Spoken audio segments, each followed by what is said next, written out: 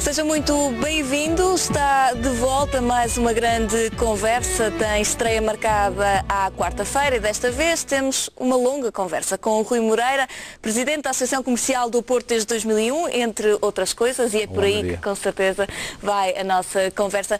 Rui, muito obrigada por estar aqui connosco, é sempre um prazer recebê-lo aqui neste estúdio que não é de todo desconhecido para si. Não, tem sido um prazer fazer aqui muitos programas, não só com o antigo Porto Canal, mas também com o atual. Agora com o Júlio Machado Vaz e com o Juca Magalhães, mas é sempre um prazer também estar consigo. Eu acho que nós sentimos isto desde o início, sempre teve muita disponibilidade para nós, mesmo no nosso início, em que as coisas eram ainda mais difíceis, sempre fez questão de marcar presença quando recebia um convite. Isso torna-se importante quando o tempo passa e agora é mais fácil para nós, temos mais convidados, mas porquê sempre essa abertura? Faz sentido dar voz ao Norte de todas as formas? Maria, por uma questão de coerência, eu tenho pelo menos há 11 ou 12 anos que venho dizendo que o Norte tem poucos palcos, tem poucos púlpitos e que os que tínhamos nos têm sido retirados.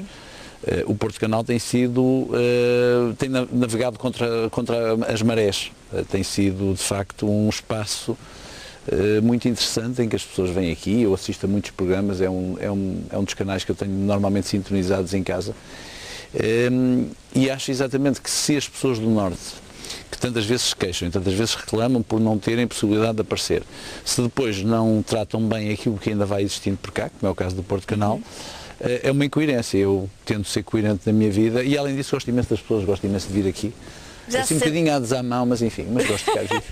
Já se sente em casa. Vamos recuar, porque eu acho que as pessoas lá em casa já estão habituadas a um bocadinho, há aqui um ritmo de conversa, nós recuamos sempre no tempo e vamos começar pelo início.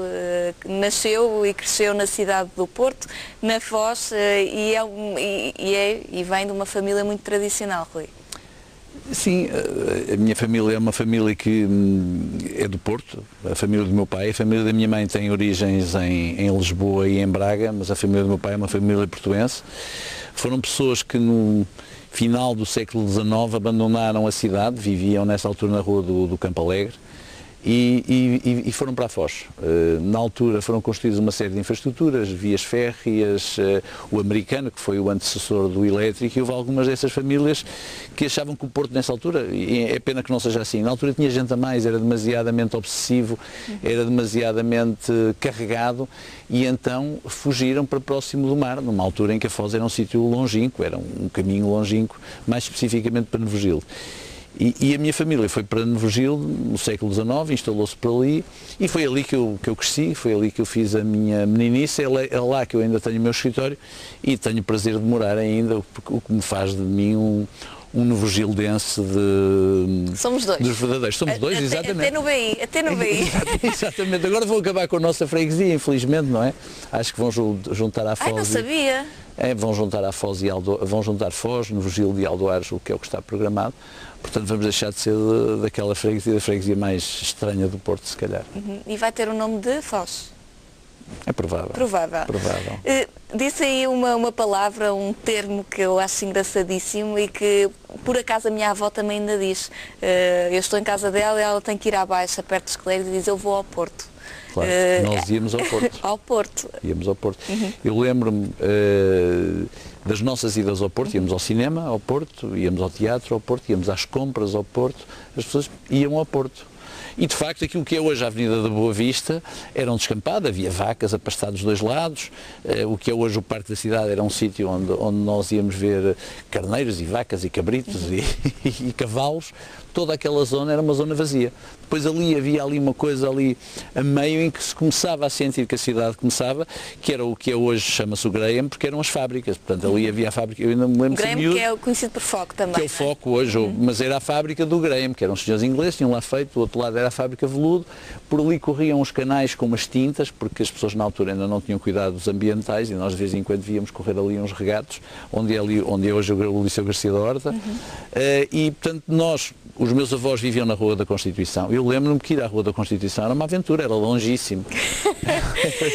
Colégio Alemão?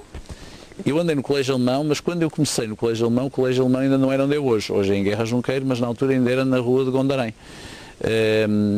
Também não fazia ideia que tinha sido na Rua do Entrei no colégio alemão com 4 anos, era mesmo junto a casa. Eu vivia na Avenida Montevideo, as traseiras davam para a Rua de Gondarém e dava para ir a pé, era ali. Um verdadeiro fauseiro, portanto. Fauseiro. E depois andou também no Garcia de Horta. Depois fui para o colégio alemão, estive lá 3 anos, fui 1 ano para o colégio Brotero. Depois, Francisco Torrinha. Depois fui para o Liceu Dom Manuel II, hoje para o Liceu Rodrigues de Freitas. E ia de elétrico, ia sozinho de elétrico, para mim era uma aventura, eu tinha 10 anos na altura e era longíssimo também, apanhava o elétrico à porta de casa, tinha passe, ia até ao liceu e depois voltava no 17, que era o elétrico que servia à Avenida da Boa Vista. Depois, quando abriu o Garcia foi um entusiasmo na altura. Aliás, o seu pai também lá andou, portanto, acho que conhece a história. O Garcia foi o primeiro liceu misto da cidade, foi um liceu revolucionário em termos das instalações, das condições, e todas as pessoas que eram da zona ocidental da cidade abandonaram o Dom Manuel II, hoje Rodrigues de Freitas, e passaram para o Garcia, e eu fui para lá inaugurar o Garcia. Rui, estamos a falar de uma vida que é muito feita na cidade do Porto, na companhia de irmãos e amigos que ainda hoje se mantêm? Bem, para já nós temos uma família enorme, porque eu tenho 7 irmãos, nós somos 8, tenho 2 filhos, uma neta, 20 e tal sobrinhos, e portanto nós somos muito chegados. Mas depois também ficamos sempre muito apegados aos amigos que eu fui conhecendo ao longo da vida, uns porque eram amigos, eram filhos de amigos dos nossos pais, com quem nós íamos à praia. Nós não íamos para o Algarve na altura, ia-se para a Praia Internacional ou para a Praia do Homem do Leme, eram mais ou menos as opções de férias. Depois, em setembro, as que tinham quintas abalavam para as quintas passar o mês de setembro, portanto as pessoas não passavam férias. Hoje ouço muita gente dizer, nós agora já não podemos fazer férias no estrangeiro. Ninguém nessa altura fazia férias no estrangeiro.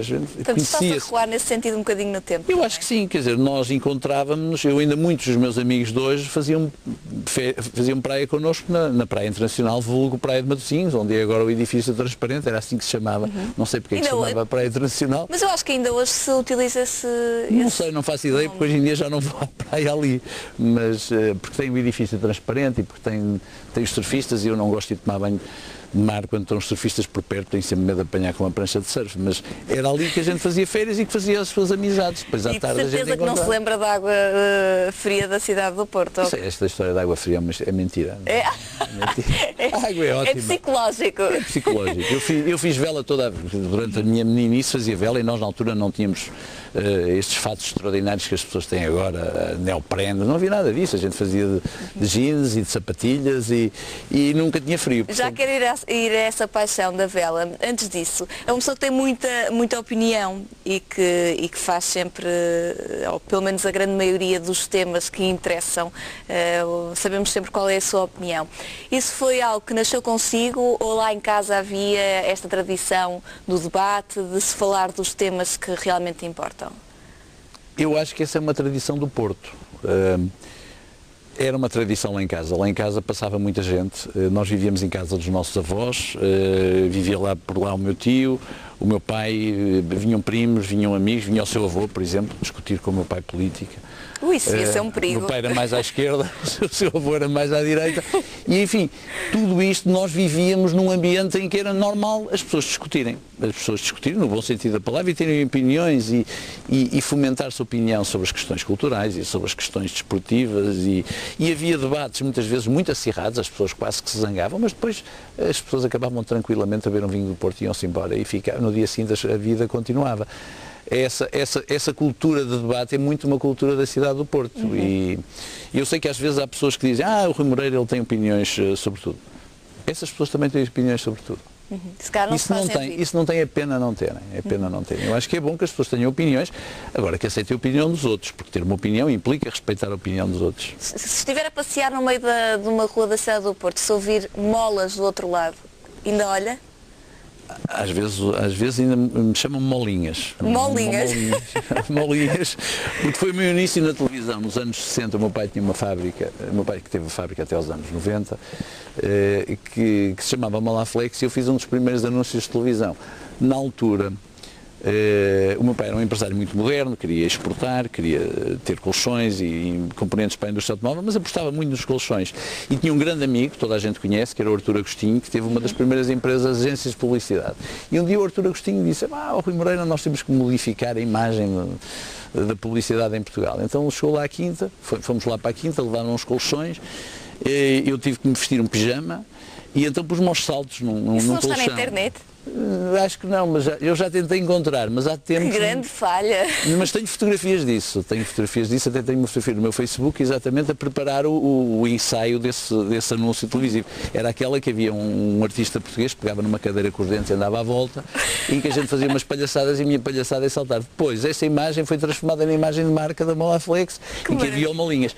O que me perseguiu durante a minha juventude, confesso que depois não achava piada nenhuma, não é? Porque ia fazer vela e as pessoas chamavam-me Molinhas e a qualquer sítio as pessoas sabiam, reconheciam-me facilmente como o menino do anúncio, que não foi nada fácil. Devo dizer que tentei descolar E eu, por acaso, essa fotografia do Molinhas não encontrei no seu Facebook, mas encontrei outra que com certeza é uma fotografia que lhe diz muito e que deve deixar muitas saudades, que foi uma fotografia tirada em 1977, se não estou em erro, em Londres, que foi onde estudou. Estudei em Londres, exatamente. Aliás, eu acho que vai aparecer aí, por aí, esta. Exatamente, no meu apartamento. Isto era o que o meu pai diria, ou a minha família diria, pessoal da pesada. Pessoal da pesada, exatamente.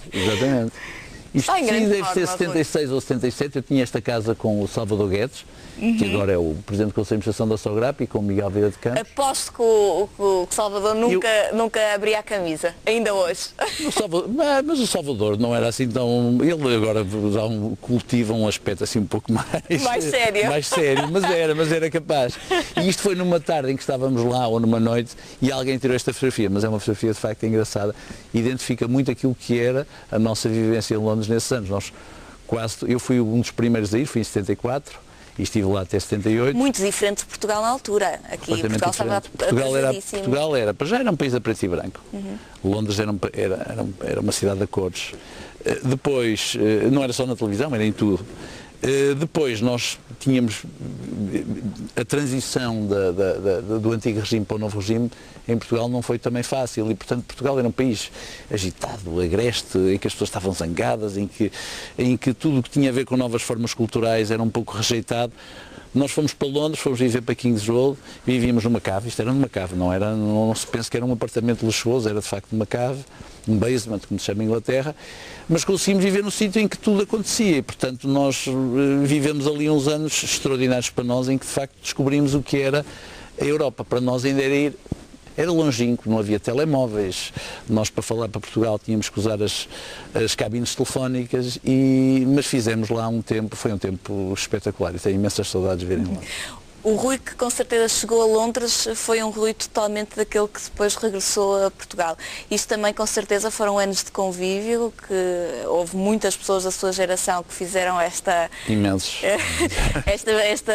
experiência em Londres. Veio com outras ideias, com outras vontades? O curso que tirou foi de gestão. Eu tive 4 anos em Londres a tirar um curso de gestão, depois ainda vivi na Noruega e vivi na Alemanha.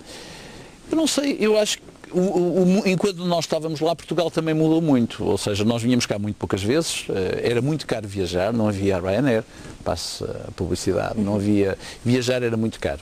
Nós muitas vezes para viajar o que fazíamos é que cada um de nós tinha um carro em segunda mão e às vezes vinhamos 5 de carro por aí fora, íamos fazendo turnos a guiar porque era mais barato que vir de avião. Era muito caro viajar nessa altura. Vinhamos cá pouco, mas é verdade também que eu, quando cheguei o país se tinha transformado muito. Portanto, eu não sei se a nossa transformação foi uma transformação lá ou se foi o país que mudou muito. O país eu acho que Portugal entre 1974 e 1980 teve uma transformação fantástica.